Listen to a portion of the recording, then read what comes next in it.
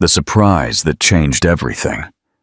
The last person Ethan Caldwell expected to see in a quiet family restaurant was the woman who vanished from his life 3 years ago, much less sitting at a table with 3 small boys who shared his eyes, his hair, and his face.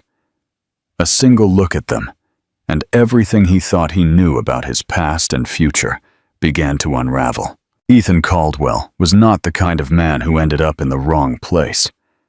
Every minute of his day was scheduled, monitored, and optimized by a team of assistants who knew it was better not to improvise.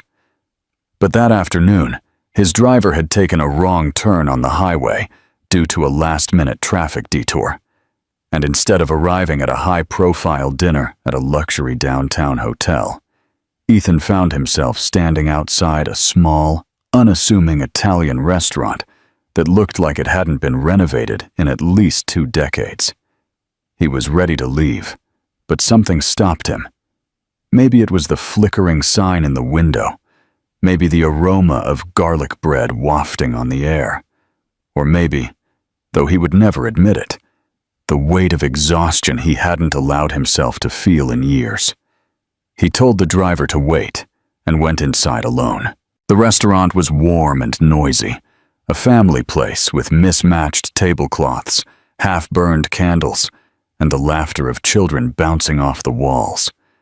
He chose a seat by the window, pulled out his phone, and planned to answer a few emails before heading back out. The atmosphere wasn't his style. It was too alive, too messy. But still, something in him made him pause. He was halfway through composing a message when he heard a sudden burst of laughter behind him. He looked up instinctively, his eyes scanning the room until they stopped at a table near the center. That's when he saw her. Rose. It took him a second to process it. She was older now, a little, but she was still unmistakably her. The same thick, dark hair, now pulled back in a loose braid. The same graceful movements, the way she tilted her head when she listened to someone speak. And then he saw what was surrounding her. 3 small boys, all with dark brown hair and startlingly bright blue eyes. One was trying to balance a breadstick on his nose. Another was playing with a crayon. The third was talking so fast she was struggling to keep up. Ethan felt his heart drop. He watched, unable to look away, as one of the children looked up and laughed. And it was his laugh. His exact laugh. The same one his mother used to point out when he was a boy. The breath caught in his throat, and he leaned forward slightly, squinting, trying to convince himself that this wasn't what it so clearly appeared to be. But it was. He could see it in the shape of their faces, in the line of their jaws, in their eyes, mirrors of his own. They weren't just children. They were his. The shock was so profound that it silenced everything else inside him. All the anger he once felt towards her, all the unanswered questions, the way she had disappeared from his life 3 years ago without a single explanation. It all came rushing back. But now it was tangled with something far more powerful. Disbelief. And something dangerously close to grief. Rose hadn't seen him yet. She was helping one of the boys cut a meatball in half. Her expression was soft and patient, completely oblivious to the storm brewing just feet away. He couldn't move. He couldn't breathe. He couldn't believe that the woman he had once imagined building a future with was sitting across the room, surrounded by a future that had clearly happened without him. And in that moment, Ethan Caldwell, a billionaire CEO, untouchable, felt something he hadn't felt in years. Powerlessness. The confrontation. Ethan sat frozen, his pulse pounding in his ears as a million thoughts collided and crashed inside his mind. He kept staring at Rose and the 3 boys with a kind of stunned attachment, as if his brain hadn't quite caught up to what his eyes already knew. For a man who dealt in absolutes, in numbers and control and certainty, The scene in front of him broke something in the very foundation of his being. They looked just like him, all three of them. Same dark hair, same piercing blue eyes, same subtle expressions he recognized in himself when he looked in the mirror. There was no denying it. These weren't just children. They were his children, and she had never told him. He watched as Rose wiped a child's mouth with a napkin and gently scolded another for trying to crawl under the table. She looked tired, but not exhausted. There was a quiet strength in her, the kind of strength he remembered, the one that had both attracted and driven him away in the past. He tried to connect the version of her he saw now to the memory of the woman who had walked out of his life 3 years ago without a single word of explanation. She had just disappeared. One day they were laughing on his balcony, sharing takeout, and talking about silly baby names for a future they joked about. The next, she was gone. No note, no goodbye, just silence. He had looked for her. He hired private investigators. He pulled strings. He made phone calls. Her apartment was empty, her phone disconnected, her bank accounts closed. It was as if she had vanished. It had broken something in him, something vulnerable, hopeful, human. After that, he buried himself in work. He grew the company. He made his first $100 million. He bought a penthouse. He built a brand so powerful no one dared to ask about the past. But the truth was, he had never stopped wondering what had happened to her. And now he knew. She hadn't just left. She had taken his children with her. His instinct was to storm over, demand answers, raise his voice. But something stopped him. Maybe it was the way one of the children reached for her hand, and she squeezed it instinctively. Maybe it was the ease with which she navigated their chaos. Or maybe it was the strange, unusual ache that spread in his chest, the weight of lost time. Finally, as if feeling the intensity of his gaze, she turned her head and saw him. Their eyes met, and the moment their gazes locked, the entire room seemed to stop. Her body instantly tensed. Her eyes went wide. For a split second, she looked like someone seeing a ghost. Her lips parted as if to say something, but no words came out. He stood up slowly. His eyes followed him as he walked towards her table. The children didn't notice him at first. They were too busy fighting over crayons. But Rose didn't move. She didn't breathe. He stopped a few feet away. Rose. Her name came out of his mouth like a stone. Heavy. Real. The sound of it made her flinch, just a little. "Ethan," she whispered. Her voice was different. Still soft, but now with layers of exhaustion and something else. Guilt. He looked at the children. They were still too distracted to realize what was happening. But Ethan couldn't take his eyes off them. He subtly gestured. "Them?" She nodded. No lies. No hesitation. Yes. All the air left his body. The truth was right there. Undeniable. "I think we need to talk," he said, barely keeping his voice steady. Rose looked at the children, then at him. Her shoulders straightened as if she were bracing herself for impact. "Yes," she said quietly. "We should." The aftermath. Rose went outside first. Her movements were cautious, careful, as if each step held a different weight now that her secret was no longer just hers. Ethan followed her, his mind racing, his thoughts loud and unfiltered in the silence between them. The restaurant door closed behind them, muffling the warmth and laughter of the families inside. Outside, the air felt sharper, heavy, real, in a way that made it hard to breathe. They stood near the edge of the sidewalk, just out of view of the restaurant windows. Rose crossed her arms tightly over her chest, her back straight, her chin tilted slightly up like someone preparing for a fight she knows she can't win, but has to endure anyway. Ethan, on the other hand, didn't speak right away.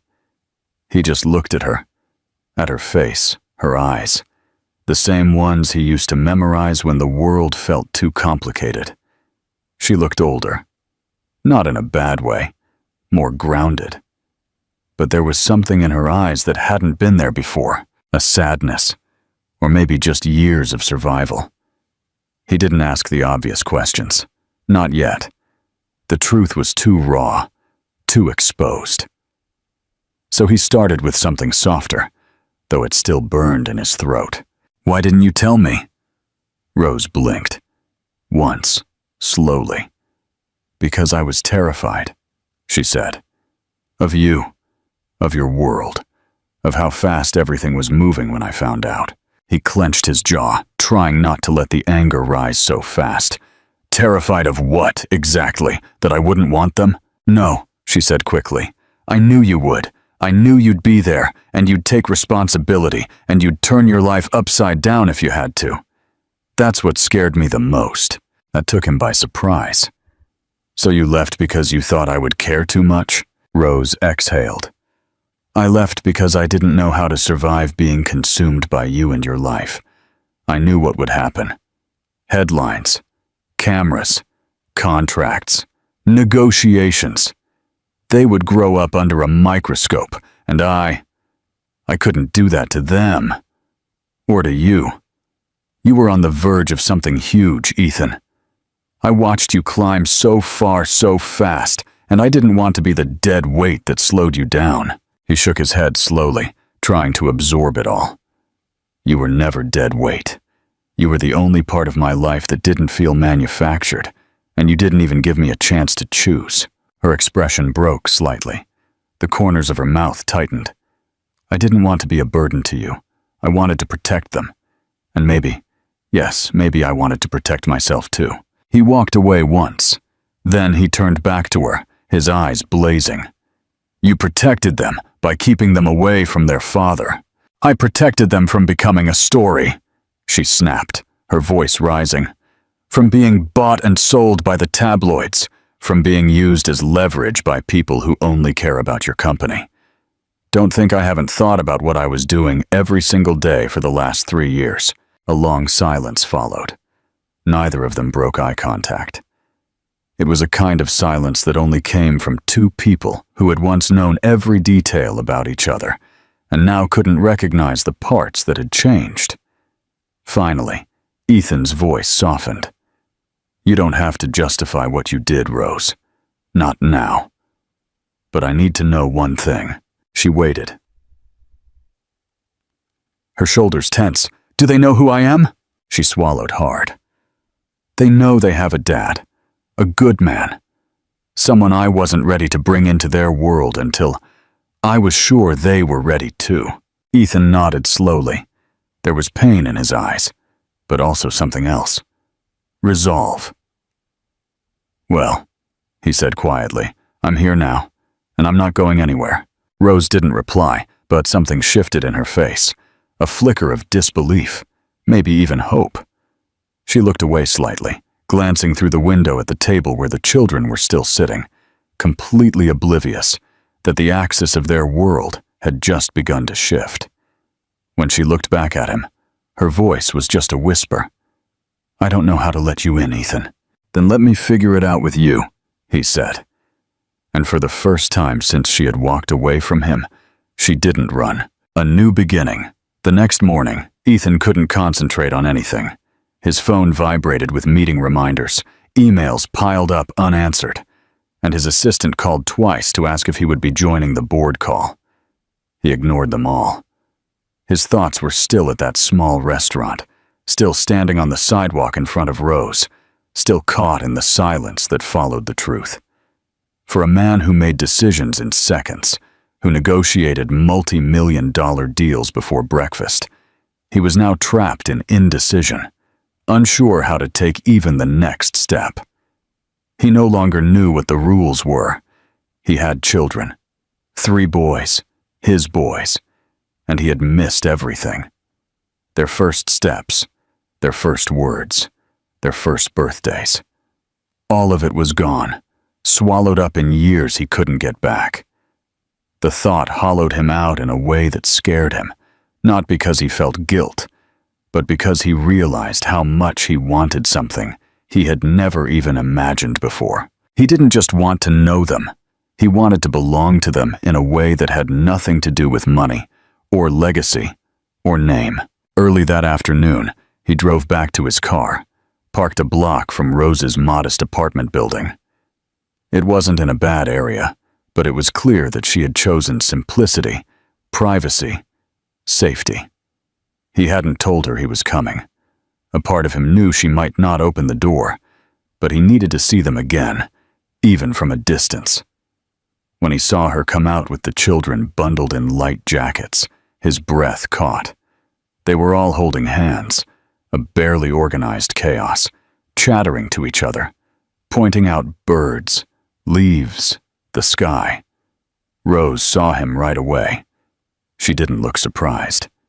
She hesitated. Then she walked toward him, her stride slow and deliberate. The children followed her like ducklings, two pulling on her arms and the third lagging behind, distracted by a stick he had found. "We're going to the park," she said when she reached him.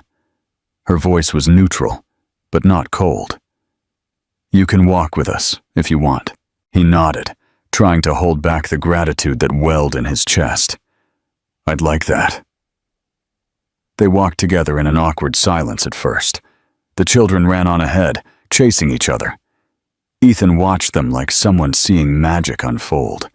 Every move they made felt surreal to him. He had missed so much. Finally, one of the children, the smallest one, fell. Rose moved to go forward, but Ethan was faster. He knelt down, gently checking the child's hands for scrapes. "Hey," Ethan said softly, brushing the dirt off. "You okay, little buddy?"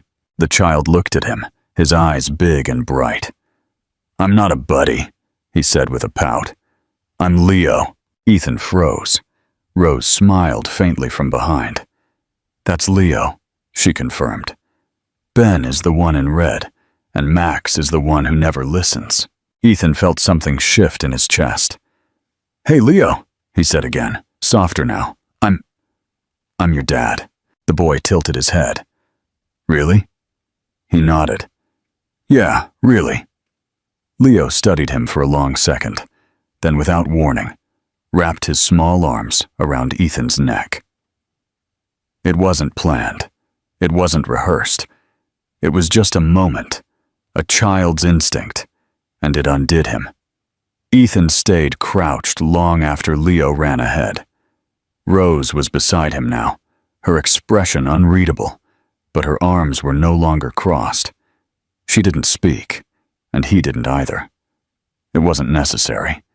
He felt it in the silence between them, something starting over again. Back at the apartment, she invited him up. Not for a conversation, not for a clarification, but because the children wanted to show him their superhero wall, a messy collage of drawings and stickers and crayon chaos taped to their bedroom wall. He followed her inside, trying to absorb every moment, every detail. Their voices, their routines, the way each of them hugged her without even thinking about it. As he stood in the middle of their world, with toys scattered at his feet and laughter echoing from the hallway, Ethan realized something both terrifying and beautiful. He didn't want to be a visitor in their lives. He wanted to stay. A quiet transformation. Ethan began showing up every day, though never uninvited. He would text Rose first, always asking, never assuming. And each time she replied with a simple yes or a short, polite answer, she was leaving the door a little bit more ajar. The children didn't question his sudden presence in their lives. Children don't have the hang-ups that adults do. They accepted him the same way they accepted everything else in their world. With an open curiosity and a kind of honesty that made Ethan feel like he was relearning how to live from scratch. He learned that Leo liked dinosaurs, that Ben could name every planet in the solar system, and that Max had a quiet side, but would open up when someone really listened to him. At first they called him Aiden, which hurt him more than he let on. He never corrected them. He didn't want to force anything. But one afternoon, after he helped Ben build a spaceship out of cardboard boxes in the living room, Max sat down next to him, leaned in, and said in a low voice, "Are you going to be my dad now?" The question hit him harder than any boardroom ambush. He looked into Max's serious blue eyes and answered the only way he could. "If you want me to be." Max nodded and didn't say anything else. But later that night, all three children began calling him Dad, without ceremony, without warning. Just a shift, as simple and profound as turning a page. Rose watched it all in silence. She still kept her distance, not emotionally cold, but hesitant. She had spent years building a world around her and her children, walls that protected them from a world she once believed could destroy them. Now that world was in her living room, making peanut butter sandwiches and fixing broken toy trucks with tape and determination. The next few weeks became a quiet transformation that neither of them had expected. Ethan began to show up in the children's lives regularly, not as a force or an interruption, but as a constant. Rose, cautious as ever, kept her walls up at first, offering no more than was necessary. And Ethan didn't push. He knew she was waiting to see if he would disappear again, if his presence was just another performance, another temporary flash in the pan from a man who lived in a world built on control. But this time, he had no exit plan. He would show up on Sundays for trips to the park. He would bring art supplies and join in on the painting sessions, his fingers that closed million-dollar deals now covered in glitter and glue. He would help build blanket forts in the living room and learned quickly that Ben hated peas, Max loved dinosaurs, and Leo insisted on being called Captain Lightning at least once a day. They didn't question him. They just accepted him, as if he had always belonged there, as if they were just waiting for him to arrive. That acceptance broke him in the quietest, most powerful way. Rose watched it all with wary eyes. She had never seen him like this before. The man she remembered from their past was polished, reserved, a little distant, even in his affection.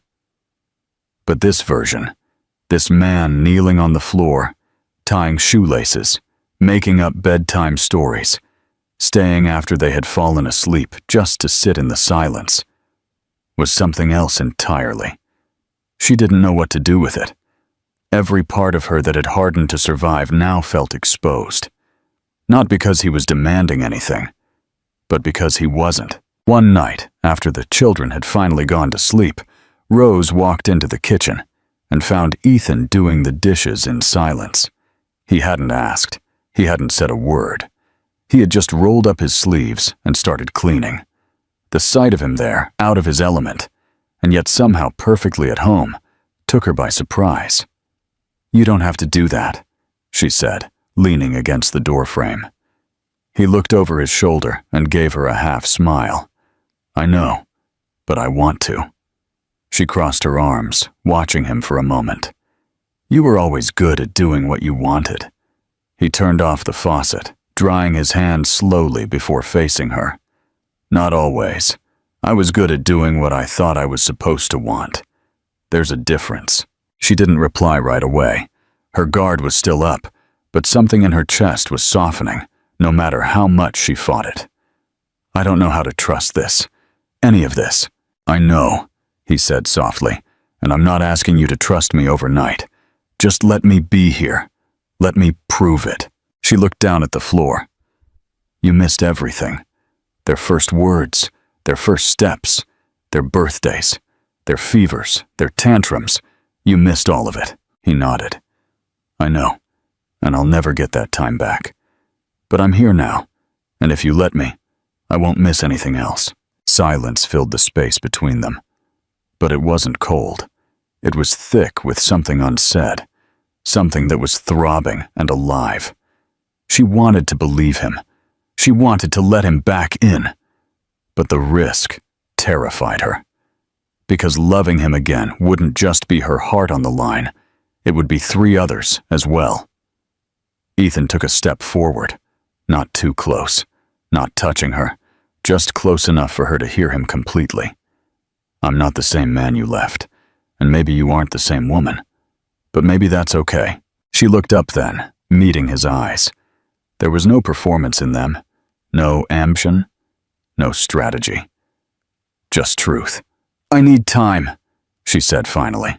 "You can have all the time," he replied. And with that, she nodded. It wasn't a promise, it wasn't forgiveness, but it was the first real step towards something they both thought was lost, something fragile, but worth the attempt. A new chapter. As the days turned into weeks, a new kind of rhythm began to form. It was uneven, uncertain, but it was real. Ethan became a part of their daily lives, not with grand gestures or dramatic declarations, but in small, deliberate ways. He started showing up early enough to help the boys get ready for school, and stayed late enough to read bedtime stories, even when work demanded his attention elsewhere. He didn't try to buy their affection. He didn't overwhelm them with gifts or flashy distractions. He just showed up, over and over again, with a quiet consistency, as if each moment were an opportunity to win back a piece of the time he had lost. Rose watched it all with a cautious heart. She wanted to believe that the man who folded tiny socks on her sofa and built Lego castles in the living room was the same Ethan she had once loved, but different in all the right ways. However, the fear never left her completely. She had spent 3 years doing it all alone, every tantrum, every doctor's visit, every impossible decision. It had made her strong, but it had also built walls so high she couldn't always tell if they were protecting her or isolating her. One night, as autumn crept in and the air grew crisp, Rose found herself sitting on the porch steps with a blanket draped over her shoulders, watching the children chase fireflies in the fading light. Ethan sat beside her, his elbows on his knees, his dress shirt sleeves rolled up, quiet and comfortable in the kind of domestic setting that would have once felt foreign to him. "They talk about you all the time now," she said after a long silence. "Even when you're not here." He looked at her, his expression unreadable. "What do they say?" She smiled softly. "Leo says your voice sounds like Batman's. Ben thinks you can fix anything. Max asked me if you know how to fly a plane because, and I quote, 'You're rich, and rich people do that stuff.'" Ethan laughed, but there was emotion behind it. "They're amazing." "They are," she said. "And they're mine. Every breath, every scar, every inch of them. I didn't do it perfectly, but I did it with everything I had." He looked at her, his expression solemn now. "I know, and I never doubted that. Even when I was angry, even when I didn't understand why you left, I knew you were doing what you thought was right." Rose's eyes glistened in the dim light. "I still don't know if it was. I just knew I couldn't raise them in your world. Or maybe I just didn't know how to." Ethan sat up straighter, his voice low but firm. "Then let's make a new one. Not mine, not yours. Ours. One where they can grow up without having to unlearn who they are." She looked at him for a long moment, her fingers clutching the edges of her blanket. "I don't want to raise them with someone who might leave when things get hard. I walked away from everything except you," he said. "The one thing I regretted losing was what we had. And now, them. You. This. I'm not leaving. Not this time." It was the most vulnerable thing she had ever heard him say, and it broke something inside her. That night, after the children were asleep and the house was quiet, she handed him a folded piece of paper. On it were the children's birth certificates. His name was not on the list. Until now, it hadn't been. "I'm ready for them to know who their father is for real," she whispered. "Legally, completely, not just in stories." Ethan looked at the paper for a long time, overwhelmed by the weight of what it meant. This wasn't just about paternity. It was about forgiveness, about trust, about being invited into a space that had once been completely closed off to him. He looked at her again, his voice soft but sure. "Thank you." Rose nodded, and for the first time there was no hesitation in her eyes. They were building something now, not starting over, because what they had before was gone. But what lay ahead was something new, something neither of them had ever imagined they would get a second chance at. And it was worth every difficult conversation, every scar, every silent night. A forever kind of love. The legal process moved slower than Ethan expected, but he didn't complain. Every meeting with the lawyer, every signature, every background check, it all felt like steps toward something solid, something that couldn't be taken away from him this time. He sat through each one with a kind of quiet reverence, as if the paper trail was finally catching up with the truth he had come to feel in his bones. He was their father, and not just in memory or biology, but in presence, in choice. In every morning he helped them get dressed, and every night he stayed to read until they fell asleep. Rose watched the transformation in silence, still unsure how to label what was happening between them. They didn't get back together, not officially. There was no kiss, no romantic declarations. But Ethan was at her house almost every day. He knew where the cereal was, which child needed their blanket warmed in the dryer before bed, and which one still woke up with nightmares. He folded laundry while she caught up on emails. He learned to make pancakes with smiley faces, and he once even braided Rose's hair in the chaos of a rushed morning when one of the children asked, "Why doesn't Mommy get a turn too?" One night, after a long day, the children were put to bed early, and a rare silence fell over the house. Ethan was on the porch again, this time with a notebook open on his lap. Rose came out with 2 cups of tea, one of which she handed to him without a word. He took it, surprised by the gesture, and looked at her with a tired but grateful expression. "What's that?" she asked, pointing to the notebook. He hesitated before replying. "Names. Names for the trust fund I'm setting up. Not just for them, for others like them.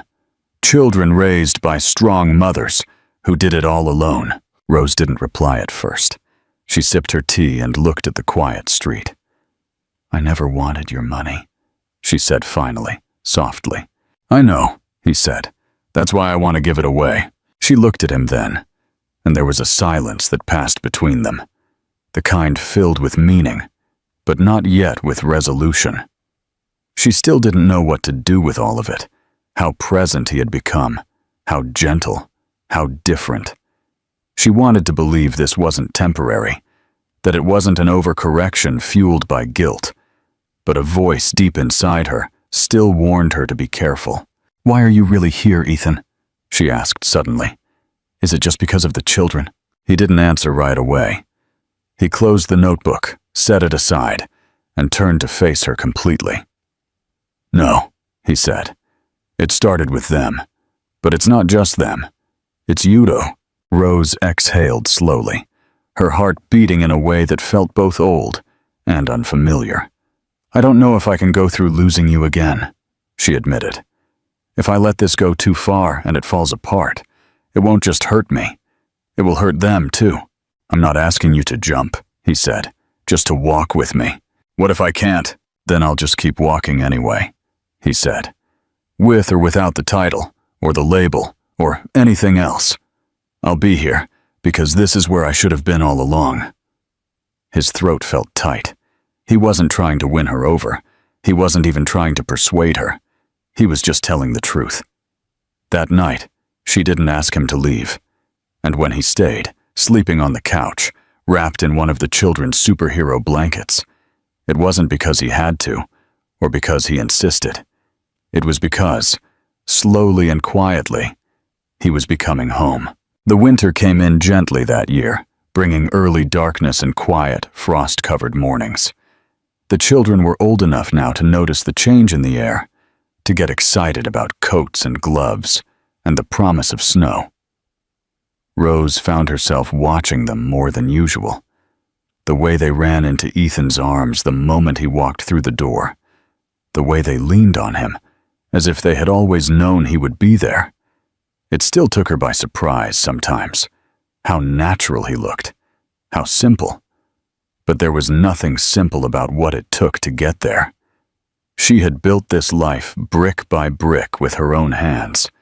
And somehow, without warning, Ethan had walked back into it and become a part of the foundation. One night, close to the holidays, the house was buzzing with energy. The children were helping to decorate a small tree Rose had bought earlier in the week, each of them arguing over who would hang which ornament. Ethan sat on the floor among them, smiling through the chaos, untangling a string of lights that had no intention of cooperating. Rose stood in the doorway with a mug in her hands, watching the scene, allowing herself to feel the weight and warmth of it. Later, after the children had finally fallen asleep, and the house settled into that rare kind of quiet that only came after a full, happy day, Ethan found her sitting on the edge of the bed she used to sleep in alone. She didn't speak when he came in. She just looked at him, her eyes soft but wary, still asking a question he hadn't fully answered. He crossed the room and sat down beside her, close enough to feel the warmth of her skin, but not close enough to touch her. "You don't have to say anything," he said, "but I think I should." She looked at him, waiting. "I didn't come back to fix the past," he said. "I can't. I lost too much time, and I'll never get it back. But I can be here now, and I want to be. For you. For them. In whatever way you'll let me. No pressure. No deadlines. Just the truth." Rose looked down at her hands for a long moment before speaking. "You know, I used to dream about this, about you coming back. But in the dream, I was angry. I yelled. I made you earn it." He smiled softly. "That sounds fair. But now that you're here," she continued, "all I feel is tired. Tired of holding everything up on my own. Tired of being afraid to need someone." "You don't have to be afraid," he said. "Needing someone doesn't make you weak. It makes you vulnerable." "Then be vulnerable," he said quietly. "With me." She looked at him, really looked at him, and she saw not the man she had once run from, but the man who had come back and stayed. The man who braided hair with clumsy fingers, who read bedtime stories with too much expression, who kissed scraped knees and tied tiny shoes without expecting applause. The man who had changed, not because she asked him to, but because life had demanded it, and he had chosen to grow. She leaned in then, her hand resting softly on his. "I don't want to do this alone anymore," she whispered. "You never have to again." They didn't kiss. Not that night. It wasn't about that.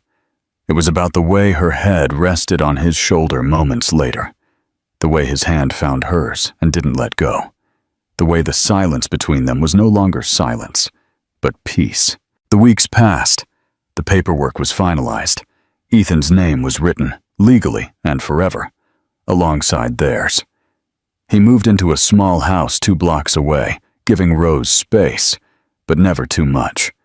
They co-parented with ease, with warmth, with laughter, and slowly, the love that had once been buried under years of pain and distance began to take root again. Real this time. Stronger because of all it had survived. One quiet Sunday morning, as the snow fell outside, and the children were snuggled between them on the couch, cartoons playing low on the screen, Rose looked at Ethan and didn't see the man he had been or the mistakes he had made. She saw the man who stayed, the man who showed up, The man who, against all odds and after every storm, had come home.